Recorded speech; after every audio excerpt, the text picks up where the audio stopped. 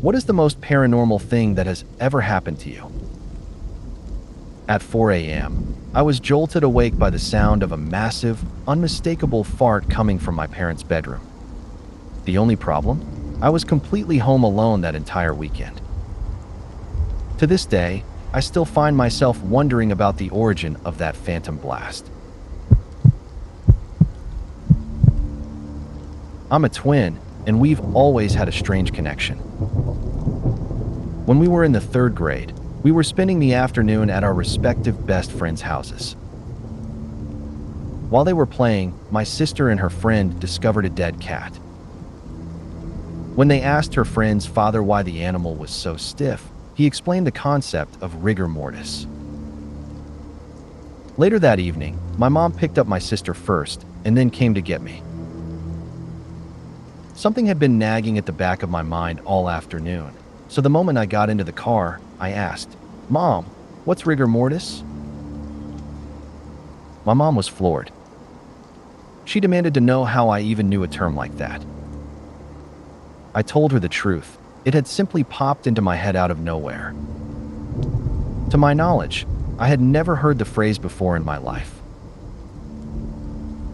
To this day, I can't logically explain how that word found its way to me at the exact moment my sister was learning it.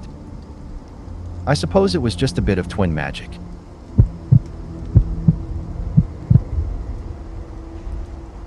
One night around 3 a.m., I was startled by flashing lights outside my 2nd-story bedroom window, accompanied by the heavy, unmistakable scent of incense. Creeped out, I woke up my mother, the most skeptical person I know, and asked her to stay with me while I closed the windows. She grumbled about being woken up at first, but the moment she stepped into my room, she went completely silent. I shut the windows, and we both went back to bed. The next morning, I felt a bit foolish for letting my imagination get the best of me. When I saw my mom, I told her I was sorry for the middle-of-the-night dramatics. "It's okay," she replied calmly. I saw it too. I froze. I asked her exactly what she meant, but once she realized that I hadn't actually seen the source of the lights, she immediately shut down.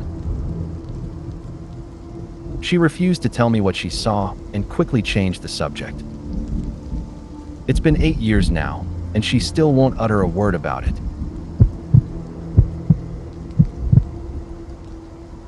At 14 years old, I was in an ambulance racing from a small provincial town toward the capital. I was suffering from severe pneumonia that had failed to respond to old, ineffective antibiotics. As it turned out, 750 grams of fluid had accumulated in my lungs, and I was slowly choking. As the ambulance jolted along the road, I felt a violent blow that seemed to kick me right out of my body. Unlike the classic tunnel of light stories, I found myself looking at my own body from the side while a nurse tried to fit an oxygen mask over my face.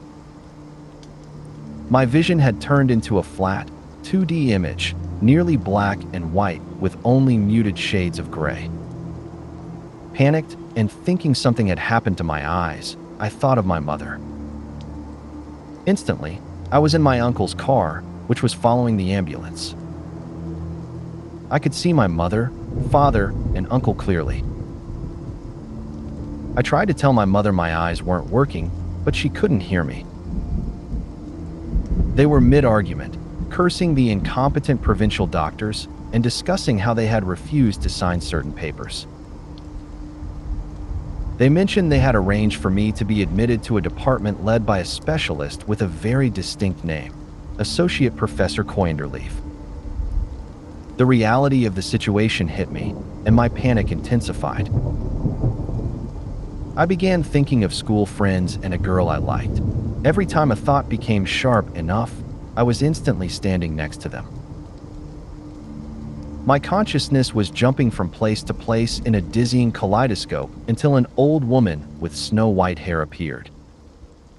She took my hand and told me to calm my mind to stop the jumping. She explained that I would wake up in the hospital and that the treatment would be painful, but I had to be brave. Then, she gave me a specific warning. In 2 months, the doctors would propose surgery. She insisted, multiple times, that I must tell my mother to refuse to sign the papers. She told me that if they operated, I would die. She added that if I followed her instructions, my uncle would bring me many delicious chocolates. When I eventually woke up in the ER, I frantically told my mother everything. She was visibly shocked when I recounted their private conversation in the car and the specific name of the specialist. When I begged her not to sign any surgery papers, she tried to soothe me, pointing out that no one had even mentioned surgery. The recovery was long and painful. Doctors used thick needles to drain my lungs, and I was put on a heavy course of antibiotics. 6 weeks later, X-rays revealed a persistent spot on my left lung that refused to heal. 2 months into my stay, the doctors officially proposed surgery to remove it. Initially, my mother resisted, but under intense pressure from the medical staff, she eventually secretly signed the consent forms. However, her hesitation had delayed the procedure by weeks. When they performed a final X-ray just before the scheduled operation, the spot had inexplicably vanished, and the surgery was canceled. My mother later admitted that she was most convinced by the detail about the chocolates.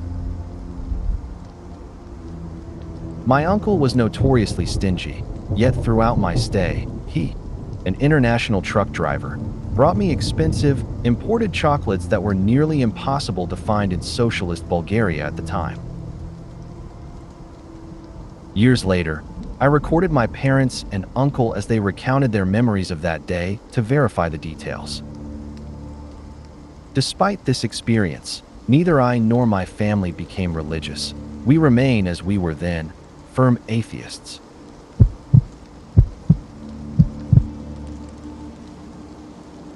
I'm not sure if this qualifies as paranormal or just a series of strange coincidences, but it happens so frequently that I'd love to know if there's a name for it. Nearly every day, I'll have a random thought, a specific song, an unusual word, or an old TV show, only to stumble upon it shortly after.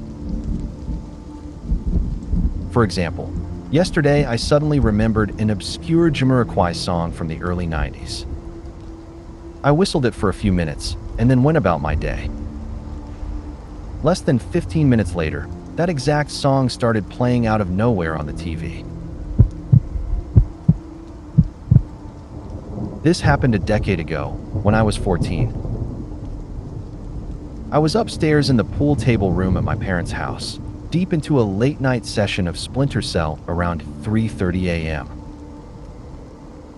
I was usually impossible to distract when I was gaming, but suddenly, a wave of chills surged down my spine. The feeling of being watched became so intense that it was nearly unbearable. I tried to ignore it for about 10 minutes, but then something impossible happened. In the adjacent room, the computer booted up all by itself. From where I sat, I could hear the distinct, rapid clacking of the keyboard as if someone were typing away. I didn't stick around to see what was on the screen. I bolted to my bedroom and stayed awake until the sun came up. When I told my parents the next day, my mother, who had experienced similar things, believed me immediately. My father, however, was a total skeptic. He called us both paranoid and dismissed the whole thing as crazy. Fast forward a few months. My dad had developed a bad back and needed to sleep in that same computer room because the bed there was more supportive. One night, the exact same thing happened to him. He woke up to the computer powering on and the keys typing on their own. He still has no explanation for it, and even now, it's the one topic that makes him visibly uncomfortable to discuss. My mother was dying of cancer, and our entire family had gathered around her. As she took her very last breath, she turned her head to look directly at me. In that exact moment, I felt a sensation I can only describe as her soul sweeping right through me as it left her body. It's incredibly difficult to put into words, but it remains the most profound and unusual thing I have ever experienced. An ex-girlfriend of mine was staying over at my place for the first time. Around 4 o'clock or 5 o'clock in the morning, I started to stir and became aware that I was talking to a woman standing at my bedside. Strangely, I wasn't afraid or confused. I just naturally carried on the conversation. A few moments later, my girlfriend woke me up and asked, "Are you okay?" Still half asleep, I replied, "Your mom says to tell you she loves you and is proud of you." "What?" she asked, her voice thick with dread and shock. I repeated the message, and she immediately burst into tears. It was then she explained that her mother had died in a car accident when she was only 3 years old. I described the woman I had seen in detail, and she eventually showed me a photograph of her mother. It was the exact same woman I had just described. To say the least, the whole experience was a bit freaky. This was more of a glitch in the Matrix type of experience. I watched my friend carry the exact same box down 2 flights of stairs and into his garage 3 separate times. Each time, he would enter the garage, come back out empty-handed, and head back upstairs to retrieve the box again. I remember it vividly because the box had a distinct rip on the right side. I watched him carry a box with that exact same tier downstairs 3 times in a row. When I finally asked him about it, he insisted he had only brought down 1 box. Sure enough, when we looked in the garage, there was only 1 new box sitting there. I have a few experiences that I simply can't explain, starting with a trip to Waverly Hills Sanatorium. I saw a little girl looking out of a 3rd-story window, but when I blinked, she completely vanished. I refuse to ever go back there. That place feels like it's practically soaked in crazy juice. Another time, after a night of heavy drinking, I passed out on the floor next to my toilet. I distinctly remember waking up as I was being picked up and carried to my room. I even remember talking to whoever was lifting me, repeatedly thanking them as they dropped me onto my bed. I was completely alone in the apartment that night. Finally, before I got my dog, I would frequently hear the distinct sounds of children playing in my apartment while I was drifting off to sleep. To this day, I have no logical explanation for any of these events. When I was young, probably 5 or 6, my brother and I shared a room with bunk beds. I always slept on the bottom bunk. One night, I woke up to the distinct sensation of something kneading my comforter, much like a cat does before it settles down to sleep. There were 2 immediate problems with this. First, there was no cat standing by my legs. Second, we didn't even own a cat. I opened my eyes and looked toward the foot of the bed. There was a humanoid figure bent over me, plucking curiously at my blanket as if it found the texture fascinating. It didn't feel menacing, but I was terrified nonetheless. I screamed, and the figure jumped back in genuine surprise. It was entirely black, not like dark fabric, but like the absolute void you see when looking into a bottomless hole. It had no features, no nose, ears, hair, or mouth, only 2 glowing, orange-red eyes that widened the moment it realized I was awake. I screamed again, and the figure dove behind the foot of my bed just as my mother burst into the room. By the time she reached me, it was gone.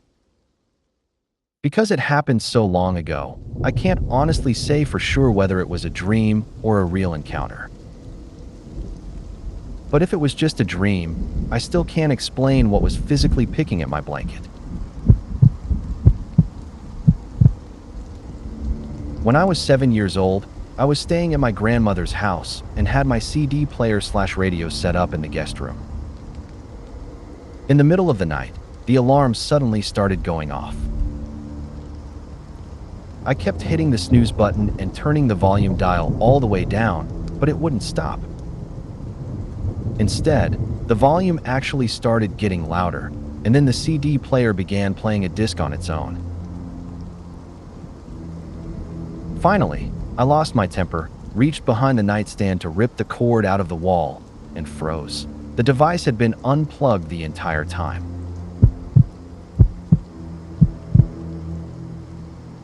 I woke up in the middle of the night around 2 a.m. to a pitch-black room. Near my window, I saw the distinct white silhouette of a woman standing perfectly still. Startled, I immediately reached for the switch and flooded the room with light. The figure vanished instantly. Curious and still half asleep, I decided to turn the lights back off. The silhouette reappeared in the same spot, though this time she looked much more faded, almost like a lingering afterimage. I was so exhausted and overwhelmed by sleep that I didn't even bother to investigate further. I just closed my eyes and went back to bed. I'm still not entirely sure if I was hallucinating or if something was actually there. I was taking pictures in a cemetery, mostly because that's just what morose high school girls do. Everything was going fine until I was right on the verge of leaving.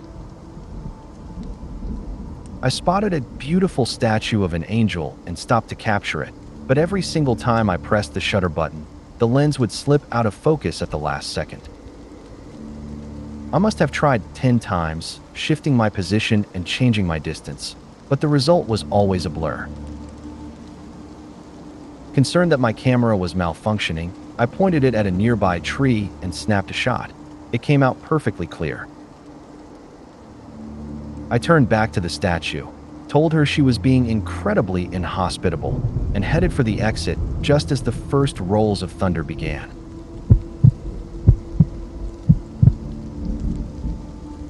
Back in high school, I was selected to attend a summit at a remote camp along with several of my classmates. We were staying in a dorm room with 6 beds, so naturally, it was just us guys. After lights out, I fell asleep on my stomach with my arms wrapped around my pillow. Sometime in the middle of the night, I groggily woke up and realized my pillow had slipped away. I spent a few moments fumbling around the floor in the dark until I found it, then promptly drifted back to sleep. The next morning, for no reason I can logically explain, I felt an impulse to flip over my mattress. Hidden underneath, I found a photograph of a young girl. It was a strange discovery. I had no idea why I had even thought to look there. That was when the memory of the previous night suddenly rushed back to me. While I had been searching for my pillow in the dark, I had briefly opened one eye. I vividly remembered seeing a pair of feet standing right in front of my bed, the hem of a white dress fluttering slightly. In my half-asleep state, I hadn't thought twice about it and had just closed my eyes again. I never found out who she was, and she never appeared to any of us again.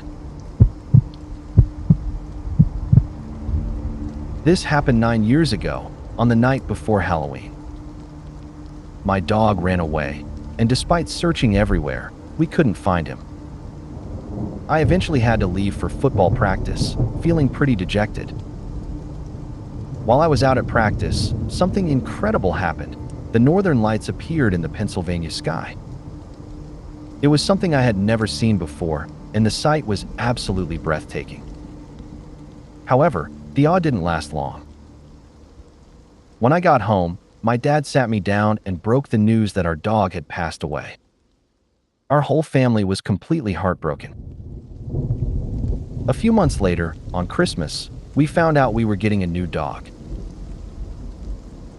As we looked over the paperwork, I was the only one who noticed a striking detail.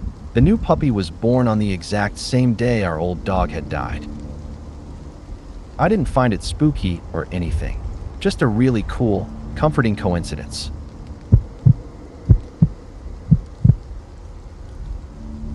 When I was younger, I used to wake up around 3 a.m. to the distinct sensation of a hand poking me in the back. Every time I drifted into consciousness, I would immediately hear a strange, muffled sound that resembled a low, eerie laughter. For the first few weeks, I was too terrified to even move, let alone look. Eventually, the fear turned into frustration. I just wanted it to stop, so I started lunging for the light switch the second I felt that poke. Every time the lights flooded the room, I found myself completely alone. This didn't happen every night, but it was consistent, appearing every 3 or 4 days like clockwork. The cycle finally broke when I moved into a different bedroom. The very first night in the new room, however, I had an incredibly vivid dream. I woke up, walked down the hallway to my old room, and saw a figure standing exactly where my bed used to be. It was just standing there in the dark, silently staring at the floor. July 28, 2011. That morning, our beloved dog passed away, leaving the house feeling incredibly heavy. To try and lift our spirits, we spent a bit of time playing some old Sam and Max on the Xbox. While we were in the middle of it, we watched, stunned, as a controller launched itself off the bed and flew about 5 feet across the bedroom. Later that evening, the strangeness continued. While we were out of the room, every single cabinet in the kitchen swung wide open on its own. That was the same night we conceived our son, who may or may not be the devil. I once slipped on a spilled drink in the kitchen. As I went down, I instinctively reached out to catch myself, and my hand landed squarely on the stove. It felt searingly hot, and I ended up with a severe burn. The strange part was that I hadn't even paid the gas bill for the month, and I hadn't used the stove in days. After I managed to get some ice packs and burn cream applied, I went back to the kitchen to investigate. The stove was completely cold, room temperature, as if it hadn't been turned on in years. When I was a kid, my brother and I spent every weekend at our grandmother's house. We shared a room there equipped with the essentials: bunk beds and a TV. One particular weekend, my brother stayed over at a friend's house, leaving me thrilled to finally have the top bunk and total control of the remote without him pulling rank. I was lounging on the top bunk, happily watching Red Dwarf, when the bedroom door slowly creaked open just a crack, exactly as if someone were peeking in to check on me. But as I looked, I realized nobody was there. The moment my brain registered that something was wrong, the door slammed shut with a violent thud. Thoroughly freaked out, I bolted for my grandmother's room. I remember a strange, biting wind in the hallway that I tried to dismiss as just the house fans, though looking back, I'm not so sure. When I reached her, she was fast asleep, so deeply, in fact, that I couldn't even wake her up. There was no one else in the house. Years later, I mentioned the incident to my mother. She wasn't surprised at all. Apparently, a long string of unexplainable things had happened in that house while she was growing up there.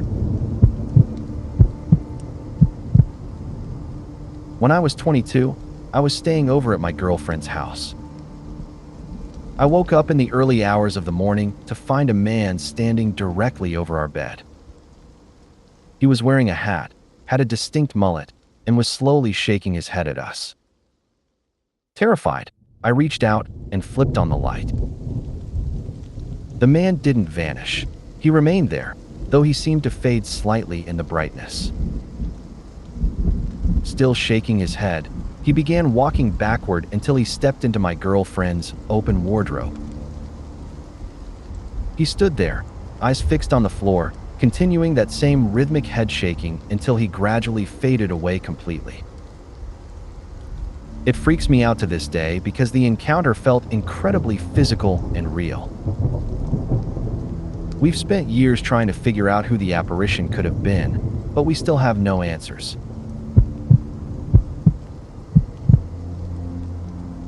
When I was younger, I never went anywhere without my monito, a little cloth doll that was my constant companion. I vividly remember a day when I was about 6 years old. I walked into my bedroom and saw the doll sitting upright in a small rocking chair. As I watched, the doll slowly rotated its head toward me, lifted its hand to wave, and then suddenly went completely limp. I was terrified. I bolted out of the room, screaming and crying as I tried to explain to my mom what I had just seen, but she insisted I was just seeing things. To this day, she still pokes fun at me for having such an active imagination or hallucinating, but I know exactly what I saw in that chair. 10 years ago, I was staying at my sister's place for the weekend. She had just moved in with her boyfriend, and since he was out of town, she was a bit nervous about staying in the new apartment alone. We were sitting on the sofa watching TV when her phone suddenly rang. She picked it up, stared at the screen for a moment, and then looked at me. "Why are you calling me?" she asked. I assumed I had accidentally pocket dialed her, but when I looked down, my phone was sitting right there on the coffee table. I picked it up, and sure enough, the screen read, "Calling sister's name."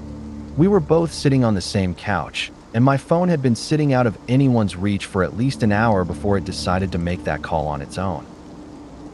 My sister then turned her gaze toward the wall across from us. "Oh," she said calmly, "it was just Grandma." It didn't actually freak me out. I've grown used to her seeing people that others can't. Since she was a child, she has described figures appearing in her room with such detail that our parents were able to identify them as relatives who had died decades before she was even born. I was staying at my boyfriend's house at the time, sleeping on the side of the bed pressed right up against the wall. In the middle of the night, I suddenly bolted awake with an overwhelming sense of dread. As I turned over, I saw the figure of an old woman standing directly over my boyfriend. I watched as she reached out and shoved him. He immediately jumped in his sleep and began breathing erratically. Knowing he frequently suffered from sleep paralysis, I quickly woke him up to get him out of it. When I told him what I saw, he revealed something chilling. As a young child, he used to talk to an old lady exactly like the one I described. She would always vanish the moment his parents walked in and asked who he was talking to. It creeped me out more than I can say.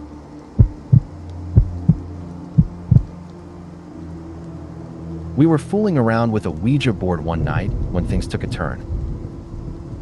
I was sitting near the window when I felt a sudden, piercing coldness pass right through my body. In the very next moment, the girl sitting across from me began having an epileptic seizure. We all absolutely panicked.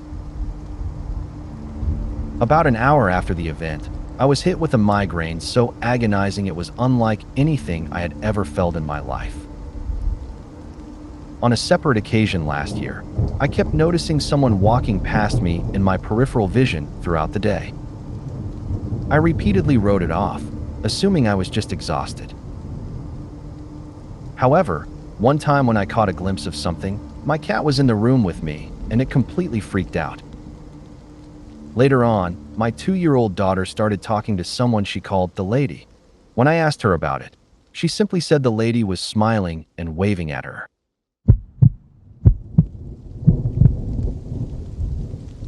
I've had a few strange experiences, but the weirdest occurred in a share house I lived in back in 2003.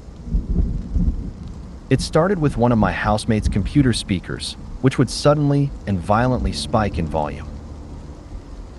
At first, we just figured it was a technical quirk, but it began happening more frequently, especially when the room was full of people. After a while, the spike stopped on that computer but migrated to another housemate's setup downstairs. One of our housemates was Wiccan and was convinced it was a spirit. Strangely, whenever she would yell at the entity to stop, the volume would immediately stabilize for a while. The most bizarre part was how much the volume would actually increase. Once, when we had guests over and music playing, the spiking grew louder and more aggressive the further our group moved away from the speakers and into other rooms. I could never find a logical explanation for it. It happened often enough that there were usually 4 or 5 witnesses present, yet there was never a discernible pattern to when it would strike.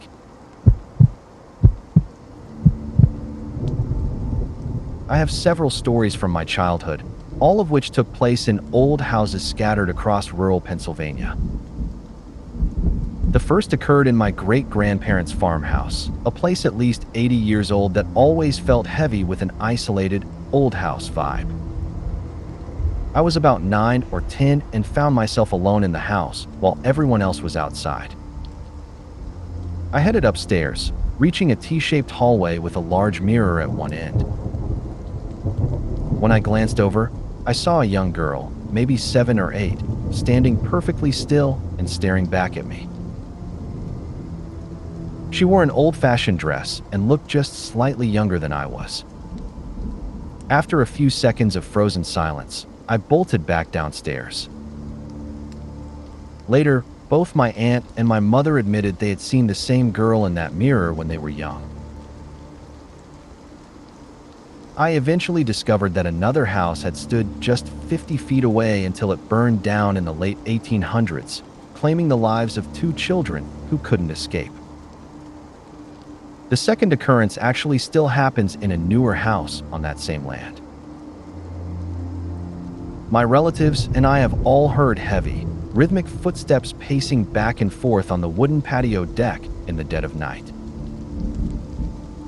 Being deep in the country, there are no neighbors nearby, and the sound is far too heavy to be a local animal. Adding to the mystery was my relative's dog, a large Chow Lab mix kept on a chain near the porch. He was the type of dog who barked at everything: deer, bears, or approaching cars. Yet whenever those heavy footsteps started pacing above him, he stayed silent, his chain never once rattling in the dark. On a lighter but equally bizarre note, my younger brother once received a remote-controlled T-Rex for Christmas. After playing with it for a while, he flipped the power switch to off, but the toy kept stomping around. Thinking it was a funny glitch, about 20 of us gathered around to watch. My dad finally decided to end the show by removing the batteries entirely, but to our shock, the T-Rex didn't stop. It continued to walk, roar, and light up without any power source. Even removing the batteries from the remote had no effect. It eventually powered down on its own, and my parents, not wanting to terrify the younger kids, packed it up and returned it to the store. I always wished they'd kept it, just to see if it would ever wake up again.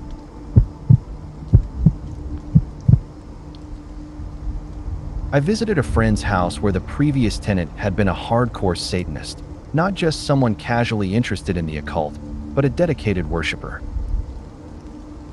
My friends mentioned that the closet in her old room had felt incredibly eerie since she moved out, so, naturally, I decided to investigate. When I first walked up to the closet and flicked on the lights, everything seemed perfectly normal. I stepped inside, looked around, and found nothing out of the ordinary. I decided to try again with the lights off. This time, as I crossed the threshold, it felt like passing through an invisible veil. I was immediately hit by the most demonic, malevolent presence I have ever encountered. It was a suffocating sensation of pure hate and fear. Imagine the pins and needles feeling of a limb falling asleep, but intensified 1,000 times and surging across your entire body. I stepped fully into the closet and shut the door. The moment the latch clicked, that sensation spiked drastically. Even in the dark, a sliver of light from the TV in the bedroom crept under the door, allowing me to see just enough to confirm I was completely alone. There were no hiding spots and no one else there. I stood in the silence for a minute until, out of nowhere, a hand reached out and jabbed me in the back. It wasn't just a poke. I felt the hand press into my skin. The sensation was vivid. I could feel every detail, down to the texture of the fingernails. It felt distinctly like a human hand, yet it was invisible, and it left no physical marks behind. Suddenly, the closet door swung open on its own. I looked out, but the room was empty. It was easily the most terrifying experience of my life. I scrambled to turn the lights back on and searched the closet one last time just to settle my paranoia, though it was small and empty enough that there was nowhere for anyone to have hidden.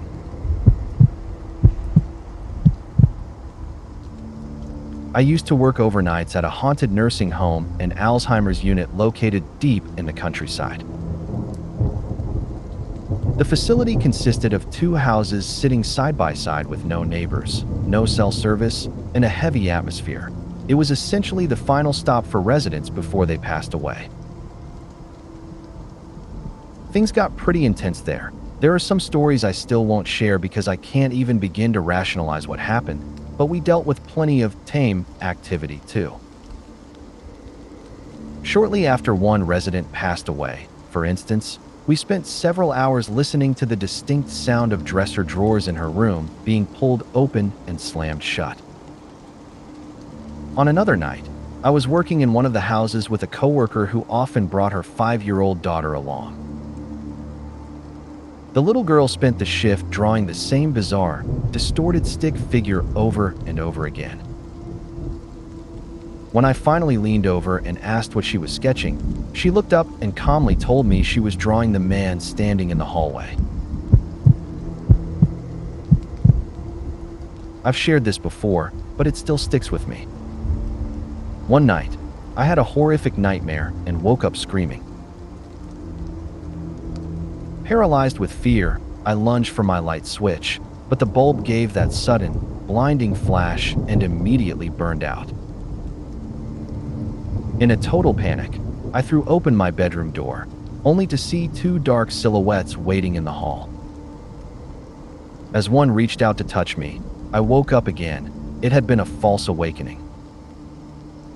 A bit less panicked this time, I reached for the light again, only to find that the bulb actually was burned out. I bolted upstairs and made my roommate change it for me. I couldn't even step back into the room without getting instant goosebumps and that heavy, not alone sensation. That feeling reminds me of my childhood home, where my parents' room was an apartment situated above our garage. Whenever I had to go up there, I was overwhelmed by a creeping sense that someone was watching me. What bothers me the most, though, is that 3 different friends eventually told me they felt the exact same way whenever they joined me up there, and I hadn't mentioned a word of my own experiences to any of them.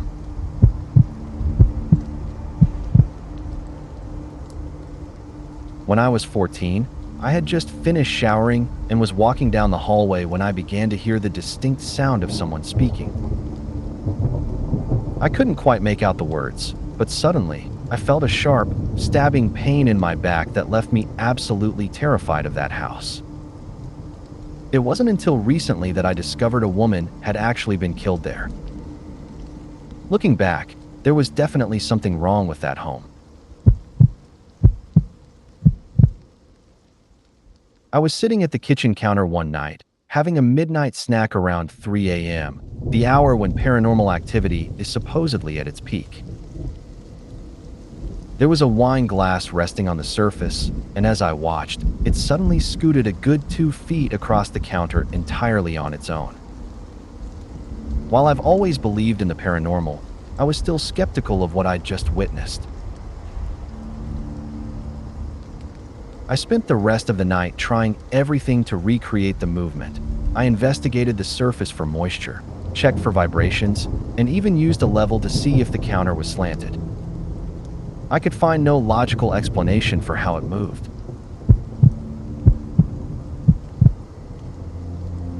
One night, my boyfriend and I were sitting in our bedroom when a book suddenly slid right off the shelf.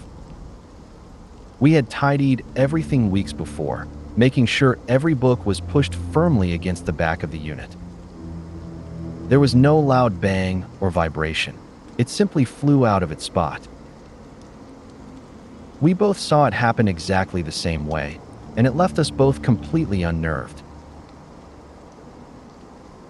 On a separate note, ever since I was a child, I've been able to hear a strange, non-mechanical ticking sound when I'm in bed at night. It isn't tied to a specific house or bedroom, it follows me. The ticking varies in pace and volume, often moving to different parts of the room. At times it gets incredibly loud, yet no one else is ever able to hear it.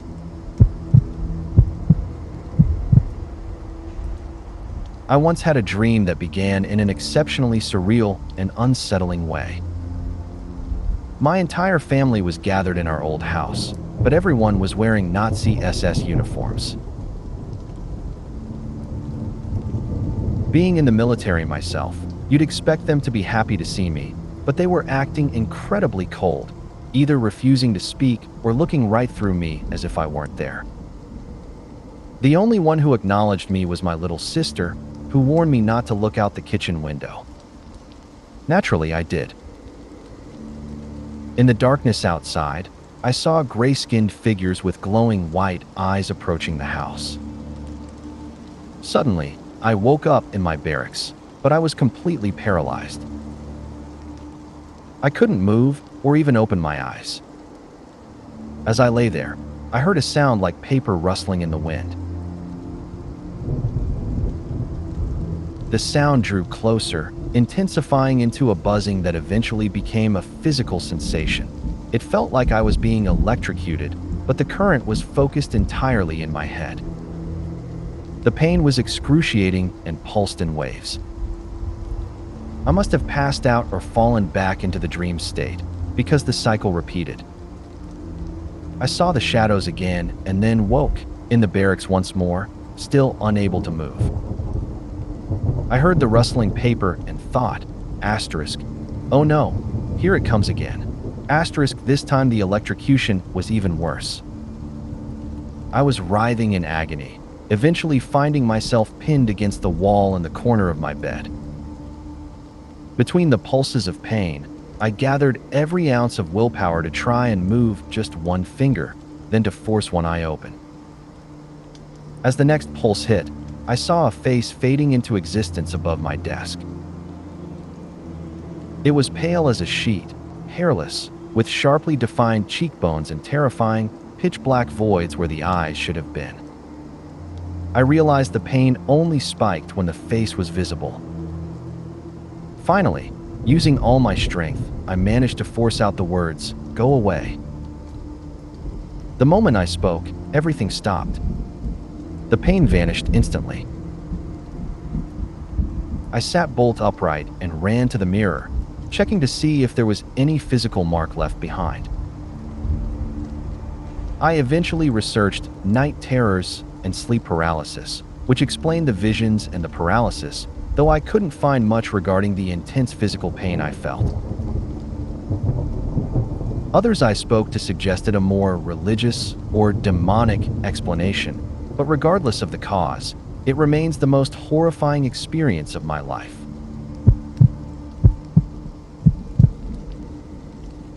I have always had incredibly vivid dreams, but as I've gotten older, they have become increasingly intense and emotionally charged. I was very close to my great-grandmother, who passed away in 2009 just before my wedding. About a year ago, I had a dream where the two of us were standing outside her house, positioned right between a line of pine trees and the cellar door. She stepped toward me, placed her hands firmly on my shoulders, and said, "I love you, and I am very proud of you. Take care of your dad." Then, she simply vanished. I woke up on the verge of tears, carrying a heavy emotional weight that lingered for a long time. A similar experience occurred after my father's girlfriend died suddenly of a massive heart attack. Despite having only met her about 6 times while they were dating, she appeared to me in a dream. She was standing in a laundry room and told me, "Don't worry about him, I'll watch over him." Even within the dream, I had the distinct realization that she was dead, which made the encounter feel all the more surreal. I used to live in a 2-story house in Orange County, California, that had been built in the 1960s. I was 11 at the time, and we had a collie that we kept in the backyard with doggy door access to a sectioned-off pen in the garage. Since it was our first large, 2-story home, I found the ground floor intimidating at night. One evening, I ventured downstairs for a glass of water, facing the lonely, pitch-black living room. As my eyes adjusted to the soft streetlights filtering in, I saw a dark figure slide across the center of the room. I froze in pure terror, my heart pounding, waiting for the comforting realization that it was just a trick of the shadows. That realization never came. Instead of moving out of sight, the figure stopped. Its head turned slowly to stare directly at me. As my breathing grew shallow and rapid, the rest of its form turned and began to glide off the ground toward me. I was paralyzed until a sudden, sharp snarling snapped me out of it. I looked down to the bottom of the stairs and was shocked to see our collie. He had placed himself firmly between me and the figure, which was now about 10 feet away. In the dim light, I could see his hackles were raised, his head was low, and his tail was pointed toward the ground in a full threat stance. He let out a deep, protective growl. The figure stopped, looked at the dog, and then backed away, disappearing into a shadow on the opposite wall. My collie held his position for several minutes before finally relaxing and coming over to lick my hand and face. I threw my arms around him, shaking uncontrollably. Eventually, my mom found me and was baffled as to how the dog had gotten into the main house. He would have had to leap over his pen and somehow negotiate the heavy door from the garage to the kitchen. The only explanation I could think of was that the door hadn't latched completely, allowing him to push it open. Regardless of how he did it, I was just glad he was there that night. One night, while I was still living with my parents, a massive crash erupted from the kitchen downstairs. It sounded as if every single dish had been swept off the counter and shattered on the floor, immediately followed by a harrowing shriek, the kind of sound a cat makes when its tail is stepped on. The noise was loud enough to bolt me out of a dead sleep at 2 a.m. I poked my head out of my bedroom door and saw my sister across the hall. It had woken her up, too. We went downstairs together, certain we would find a mess of drying dishes scattered across the tile. But when we arrived, there was nothing. Everything was perfectly in its place. We searched for any source of the scream, but with no pets in the house and every door and window securely locked, there was no way for an animal to have entered or escaped. That house was full of strange occurrences. I frequently heard disembodied voices so clear I was convinced someone else was in the room with me. While I never saw anything, my sister often mentioned shadow people and once described, in great detail, a little boy who would appear at random. When she was a child, she even claimed things would come to talk to her at night. Radios and toys would turn on by themselves, and a general sense of creepiness hung over the place. Years later, our parents finally admitted that they had heard the voices too, despite spent years telling us it was just our imaginations. During a neighborhood get-together, the mystery deepened when several neighbors offhandedly mentioned similar experiences. One woman described talking to her son in the next room, only to find he had been upstairs the entire time with no memory of the conversation.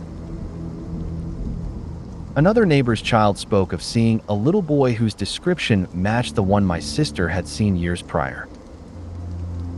As my mom sat there listening to the identical stories, she realized just how widespread the activity was. We've since concluded that the land itself must be haunted.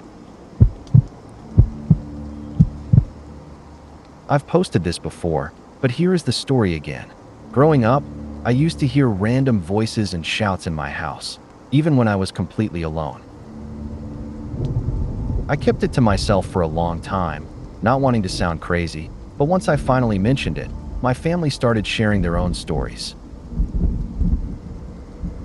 They told me that when I was a baby, my rocking chair would rock by itself at night. It would only stop when someone reached the top of the stairs to check on me, only to find the chair empty and me fast asleep. Other times, objects would vanish for months, the strangest case being a ski mask that disappeared without a trace. Then, after my family came home from dinner one night, the mask was inexplicably sitting right in the doorway of my room. Everyone swore they hadn't touched it and had no idea where it had been. Flash forward to 4 years ago, my sister had a dream about our little friend in the house. He told her his name was Ben, so that's what we called him whenever things got weird. The strangest behavior, though, came from my dog, who would occasionally stand up, stare at the front door, and growl at absolutely nothing. The most unsettling moment happened when we took a photo of our staircase. Looking back at the picture, you can clearly see the shadow of a man walking up the stairs, even though no one was standing there at the time. I'll link the photo later once I'm off my phone and finished with this long car ride. Yay, ghosts! This is a bit of a goofy story, but here it is. After college, I was living with my mom while our 14-year-old dog, Buttons, was getting sicker and sicker. He was quite old, so there wasn't much we could do except keep him comfortable. I was already going through a rough patch, so facing the mortality of our family dog was incredibly stressful, to say the least. He held on for months as his condition declined, finally passing away one weekend while I was out of town. We mourned him deeply, but life eventually had to move forward. About a month later, I was finally starting to sleep through the night again when I was suddenly jolted awake by a very clear, loud bark. It sounded exactly like Buttons letting us know he urgently needed to be let out. I sat up automatically, looking around for him before the reality hit me that he wasn't there. I eventually went back to sleep, chalking it up to an auditory hallucination and worrying that I was losing my mind. The next morning, I had almost pushed the incident out of my head when my mom spoke up. "You're not going to believe this," she started, "but last night I woke up because I could have sworn I heard Buttons barking." It turns out we had both heard it at the exact same time. I guess he was just stopping by to say his final goodbye. I was around 14 years old, sitting on my bed while home alone, when the silence was suddenly broken by the sound of footsteps in the hallway. My heart sank as the doorknob began to rattle violently, and the door itself started to shake as if something was desperate to break into the room. The sounds then shifted upward, and I heard clear footsteps pacing in the attic. I knew no living person could be up there, as the attic was filled with industrial chemicals and lacked breathable air. I spent what felt like an eternity praying for it to stop, and eventually, the house went silent. While that was my most intense experience, I've had other paranormal run-ins. One that particularly sticks out was the time I saw a ghost wearing a prison jumpsuit standing in our kitchen. Since the house had previously been owned by a police officer, I always figured it was one of the men he had sent away. I used to work at a hospital where the top floor had been under renovation for years. It was a creepy, skeletal construction zone with holes in the roof, but I still had to go up there to access a specific storage room for mammogram files. Only 2 keys existed for that room. I had one, and the head of security had the other. I had been tasked with reorganizing the files and hated being in that isolated area alone, so I made sure to lock the heavy door behind me as soon as I entered. It was a massive, cumbersome door that made a loud, unmistakable grinding sound whenever it moved, so there was no way anyone could enter or leave without me hearing it. As I was at the far end of the room shuffling through paperwork, I heard the distinct rustling of pages coming from the other side. I walked toward the sound and saw a woman in a white lab coat kneeling by the door, pulling a file from the bottom shelf. I said hello and asked if I could help her find something. When she turned toward me, I saw blood streaming down the right side of her face from a jagged wound at her temple. She simply smiled and told me she knew her way around just fine. Stunned, I turned away for a moment to process what I was seeing. The rustling stopped about 30 seconds later. When I looked back, the woman was gone. The room was empty, and the door was still firmly locked. Since you needed a key to open that door from either the inside or the outside, and my key was still hanging around my neck, there was no physical way she could have left. I have been a sleepwalker my entire life. I've done everything from wandering across the street in my sleep to pissing in the closet while completely unconscious. When I was around 7 or 8 years old, my bedroom was typical for a kid that age, filled with stuffed animals, music posters, and Pokemon characters. The most imposing piece of furniture was a massive, 7-foot-tall oak dresser positioned across a corner. It was made of incredibly heavy wood, with 4 large shelves stacked over 4 deep drawers, and its placement created a small, triangular gap against the walls. One night, I had a terrifying nightmare that eyes were watching me from behind that dresser. They called my name, luring me toward the corner and promising that if I reached them, all my fears would vanish. I eventually woke up screaming to the sound of my parents frantically searching my room for me. I was trapped in the cramped space behind the dresser, exactly where the eyes had told me to go. It took my parents nearly 20 minutes of straining to heave the heavy oak unit aside to get to me. Once I was out, we noticed 2 distinct eye marks on the back of the wood. They were imprints left by my own wide-open eyes, which I had been pressing forcefully against the back of the dresser. To this day, I don't understand how I managed to get back there. Not only was I far too small and weak to move a piece of furniture that heavy, but even if I had somehow slid it out to climb behind it, the dresser had been moved perfectly back into its original position, pinning me into the corner.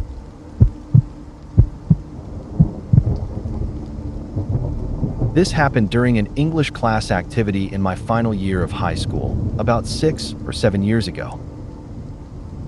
The teacher was drawing names from a bucket, little scraps of paper with each student's name on them, to determine the order for whatever we were doing. For some reason, I decided to see if I could predict the names. I looked around at the class, trying to think as randomly as possible to guess who she would pull out first. 5 seconds later, she called out the exact name of the guy I had just pictured. I thought, okay, not bad. Let's try again. I proceeded to correctly guess the next 5 or 6 names in a row. I eventually had to stop because I was honestly starting to freak myself out. We were a class of about 35 students, so while the laws of probability say it could have been a massive stroke of luck, the odds were astronomical. It remains one of the only moments in my life that truly made me question reality. I was about 15 at the time, sitting in the living room and mindlessly watching TV. Out of the corner of my eye, I could have sworn I saw my grandfather walk past the doorway. I immediately dismissed it as impossible. He lived about 100 miles away, after all. The next morning, I received a call from my grandmother. She told me that Grandpa had passed away the previous morning, hours before I saw what I thought I had seen. I've never really been a believer in ghosts or spirits, but for this, I've never found a logical explanation. A stuffed frog has sat perched on my grandfather's shelf for more years than I can remember, completely untouched. One afternoon, while my uncle and I were in the middle of a conversation, the thing suddenly started singing a Christmas song out of the blue. In all the time I've lived in this house, I had never once heard that toy make a single sound. It definitely freaked me out for a moment, but I eventually brushed it off as one of those bizarre, one-in-a-million chances. I was staying over at a friend's house, sleeping on the downstairs sofa. Around 5 a.m., his mom walked past me on her way to work, accidentally waking me up as she left. Immediately after she walked by, a young boy ran past me, following her out the door while muttering that he was late for something. Later that day, I asked my friend who the kid was, knowing he didn't have any siblings. He checked with his mom that evening, and she insisted she had been entirely alone. Apparently, I had hallucinated the whole encounter. I don't necessarily think it was anything paranormal, but the experience was so vivid and clear that it felt completely natural in the moment. Usually, when I'm dreaming, I can wake up and immediately distinguish it from reality, but in this case, I genuinely believed in what I had seen.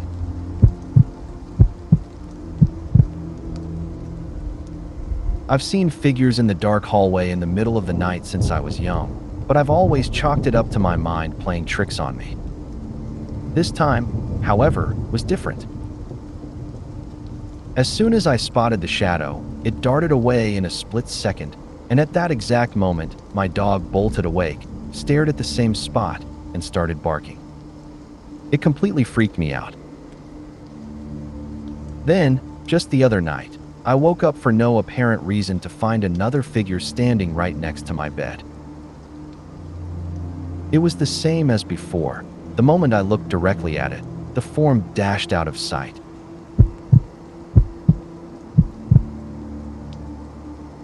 This might not be the most elaborate story, but it has always felt incredibly real to me because of how young I was when it happened. I was about 5 years old, and my parents and I were at my grandparents' house to give it a fresh coat of paint. My parents were both outside working, while I was inside by myself, playing and snacking.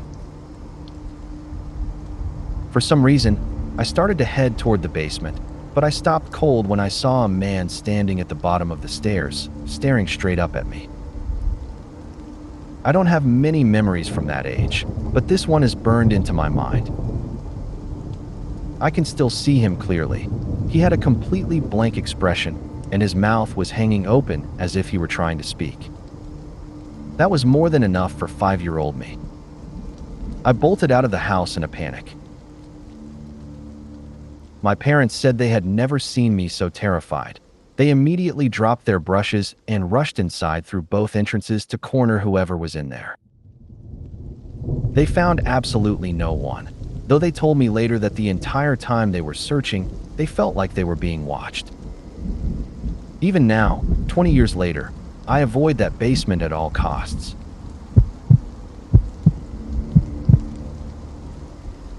On my high school graduation night, the school hosted a senior final fling to keep us all safe and accounted for. It was a casino-themed event with music videos and gambling with tokens.